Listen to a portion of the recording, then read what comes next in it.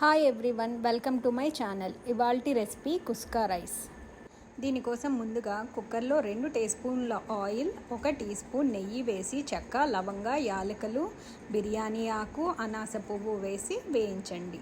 అవి వేగిన తరువాత 1 అర టీ స్పూన్ జీలకర్ర, సోంపు కూడా వేసి బాగా దోరగా వేయించి పెట్టుకోండి.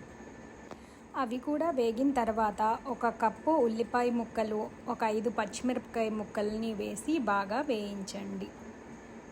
ఇప్పుడు అందులో వేయాల్సిన మసాలాలన్నీ రెడీగా పెట్టుకోండి. అవి 1 టీ స్పూన్ అల్లం వెల్లుల్లి పేస్ట్, 1/2 టీ స్పూన్ పసుపు, 2 టీ స్పూన్ల కారం, 1 tea spoon garam masala, 1/2 tea spoon జాజికాయ పొడి, 1 కప్పు టొమాటోలు వేసి మూత పెట్టి బాగా మగ్గనివ్వండి.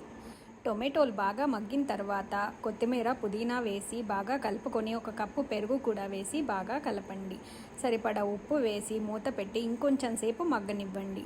ఇప్పుడు కనీసం గంట పాటు నానబెట్టుకున్న బాస్మతి బియ్యాన్ని వేసి నీళ్లు పోసి కుక్కర్ మూత పెట్టండి. బాస్మతి రైస్ 1కి 1.5 నీళ్లు పడతాయి. కుక్కర్ హై ఫ్లేమ్లో పెట్టి 2 విజిల్స్ వచ్చాక ఆపేయండి. కుక్కర్ చల్లారిన తర్వాత మూత తెరిచి రైస్ మొత్తం బాగా కలుపుకోండి. అంతే, మన కుస్కా రైస్ రెడీ అయిపోయింది.